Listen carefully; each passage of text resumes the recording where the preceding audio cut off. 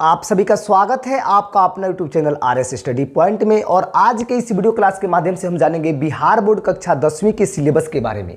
यानी आप लोग को बता दें प्यारे बच्चों कि इसमें जो है हम लोग 10वीं के सिलेबस के बारे में जो है विशेष जानकारी प्राप्त कर, इसके साथ साथ हम ये भी प्राप्त करेंगे कि हमें जो एग्जाम्स में पेपर मिलते हैं वह कितने नंबर के होते हैं, कौन कौन से जो है सब्जेक्ट आपके कंपल्सरी है, कौन कौन से सब्जेक्ट जो है आपके कंपल्सरी नहीं है, इसके बारे में जो है हम लोग विशेष चर्चा करेंगे। तो आइए आज के वीडियो में इसको हम लोग पूरा समाप्त करते हैं और इसके साथ साथ हम लोग जो है अपना क्लास की स्टार्टअप लेंगे। क्या इसमें दिया गया है प्यारे बच्चों कि कहा जा रहा है इसमें कि बिहार बोर्ड कक्षा 10वीं सिलेबस। देखिए इसमें एक एक चीजों को हम लोग बारीकी ढंग से इसमें समझेंगे। तो 10वीं सिलेबस की बात करें तो इसमें जो आपका विषय दिया है, अंक दिया है और जो है प्रैक्टिकल दिया गया है। इसमें जो है आपका पास मार्क्स यानी कि सभी विषय में जो आपका पास मार्क्स होता है प्यारे बच्चों, यानी कि जो पास मार्क्स दिया रहता है तो पास मार्क्स जो होता है आपका कितना का होता है, 30 नंबर का होता है। यानी 30 नंबर जो है आपका जो है मिनिमम मार्क्स आना चाहिए। तो विषय की बात करें तो आपका हिंदी होता है प्यारे बच्चों। हिंदी में क्या होता है, देखिए हिंदी जो होता है आपका टोटल 100 मार्क्स का होता है कि 100 नंबर का एग्जाम्स होता है। इसके साथ साथ संस्कृत की बात करते हैं प्यारे बच्चों तो संस्कृत भी आपका जो होता है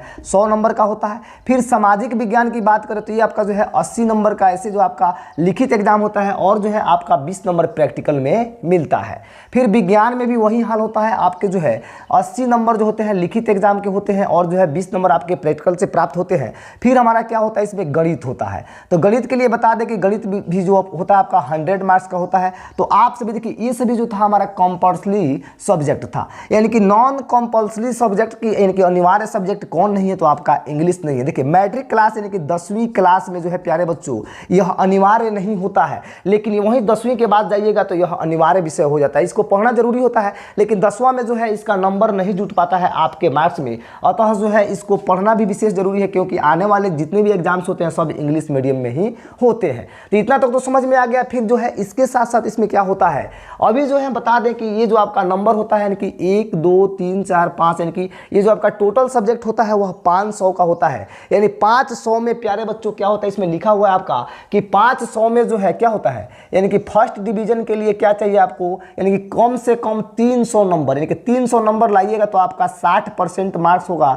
और आप जो है क्या हो जाइएगा, फर्स्ट डिवीजन हो जाइएगा। फिर अगर सेकेंड डिवीजन की बात करें तो इसमें जो मार्क्स चाहिए आपका 225 यानी कि आपके जो 45% चाहिए। और फिर पास मार्क्स क्या चाहिए, तो 150 नंबर चाहिए जिसमें जो है आपके 30% मार्क्स होते हैं। अगर इससे कम मार्क्स आपके आते हैं तो समझिए कि आप फेल है। देखिए तो इस तरह से जो है आपको जो है इतना जो है देख कर तैयारी करना है। किसी भी एग्जाम्स की तैयारी के लिए सबसे पहले क्या होता है, उसमें जो है देखना होता है कि हमको क्या चीज़ पढ़ना है क्या नहीं पढ़ना है। तो इसके लिए हम क्या करेंगे प्यारे बच्चों, इसमें हम देखेंगे कि कौन कौन सब्जेक्ट में जो है कौन कौन चीज़ पढ़ा जाता है। अभी के लिए इसमें बता दें कि जो आपका चैप्टर बनता है, चैप्टर से कौन कौन से प्रश्न आते हैं, कैसे प्रश्न आते हैं, चैप्टर में आपको क्या क्या पढ़ना है सिलेबस में, उसको जो हम लोग विशेष चर्चा करेंगे। आइए आप जो है देखते रहिए। चलिए सबसे पहले हम बात कर लेते हैं हिंदी का। जो बताएं आप लोगों को कि 100 मार्क्स का होता है प्यारे बच्चों। तो 100 में जो होता है आपका एक होता है गोधूली, दूसरा होता है इसमें वर्णिका और इसके साथ साथ जो है आपका हिंदी व्याकरण। ये तीनों मिलकर जो होते हैं आपके 50 यानी कि 100 ऑब्जेक्टिव किए जा रहे हैं, दोगुने प्रश्न। तो 100 ऑब्जेक्टिव में जो है प्यारे बच्चों इसमें 50 ऑब्जेक्टिव सॉल्व कर होते हैं और जो है लिखित एग्जाम में आपका जो है 50 नंबर का ही बनाना होता है। चलिए दोगुने प्रश्नों का विकल्प होता है, तो इस तरह से आप लोगों को 50 ऑब्जेक्टिव और 50 सब्जेक्टिव सॉल्व कर लेना होता है। फिर संस्कृत की बात करते हैं तो संस्कृत में आपका प्यूसम भाग 1 और प्यूसम भाग जो है द्वितीय भाग, इनके इसका 2 भाग होता है। और फिर जो है आपका संस्कृत व्याकरण। इस तरह से आपके 100 मार्क्स जो है 3 किताब पढ़ के होंगे और इसमें भी आपके जो है 50 ऑब्जेक्टिव सॉल्व करने और 50 जो है प्यारे बच्चों सब्जेक्टिव, 50 ऑब्जेक्टिव 50 सब्जेक्टिव। फिर हमारा जो है विज्ञान जो 80 मार्क्स का होता है सभी को पता है। तो 80 के लिए बता दें कि 40 मार्क्स जो होता है आपका ऑब्जेक्टिव का होता है और 40 मार्क्स जो होता है आपका सब्जेक्टिव का होता है।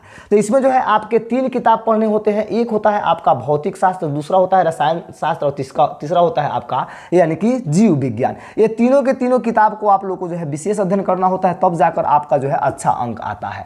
फिर जो होता है गणित का, गणित में आप जो है NCERT SCERT कोई भी बुक आप लेकर पढ़ सकते हैं या इसके साथ साथ जो है एडवांस बुक भी आप लेकर पढ़ सकते हैं, जिसके लिए कोई आप पर प्रतिबंध नहीं है। लेकिन आपका जो बुक्स में जो आपके प्रश्न किए जाते हैं वह लगभग जो है 70% प्रश्न जो होते हैं आपके एनसीईआरटी से ही होते हैं। इसके जो बचे हुए प्रश्न होते हैं प्यारे बच्चों, वह जो है कुछ उसमें जो है कंसेप्ट पर आधारित, कुछ जो है इसके बाहर के प्रश्न पूछे जाते हैं। फिर हमारा होता है इसमें सामाजिक विज्ञान यानी कि सोशल साइंस। तो इसमें क्या पढ़ना होता है आपका भूगोल, इतिहास, राजनीति शास्त्र और अर्थशास्त्र, यानी कि ज्योग्राफी, हिस्ट्री और उसके साथ साथ पॉलिटिकल साइंस और इकोनॉमिक्स। ये जो है आपके 4 सब्जेक्ट पढ़ने होते हैं, यानी कि 4 विषय जो होते हैं प्यारे बच्चों आपके जो है सामाजिक विज्ञान में पढ़ने होते हैं। ये सभी जो है कंपल्सरी है। अगर आप इतना पढ़ते हैं तो आप जो है 500 में जितना आपको अंक लाना है उतना लाइए, जितना अच्छा हो सके।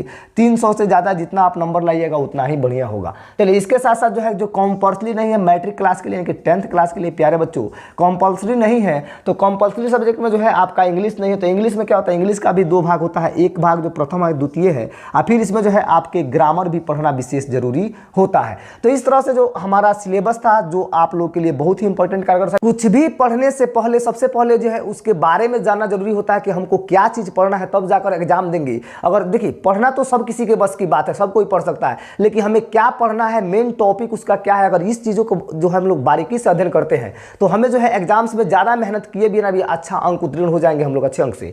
तो इसलिए जो है बताया गया है आप लोग को सिलेबस को जो है विशेष अपने नजर में रख लीजिए, और सिलेबस को नजर में अपने रखते हुए जो है आप अपना तैयारी करिए, आप अच्छे अंकों के साथ उत्तीर्ण होइएगा। और इस चैनल पर जो है अगर आप नए हैं तो इसको लाइक, सब्सक्राइब, शेयर कर दीजिए ताकि आने वाले वीडियो का नोटिफिकेशन सबसे पहले मिले। तब तक के लिए आप सभी को बहुत बहुत धन्यवाद।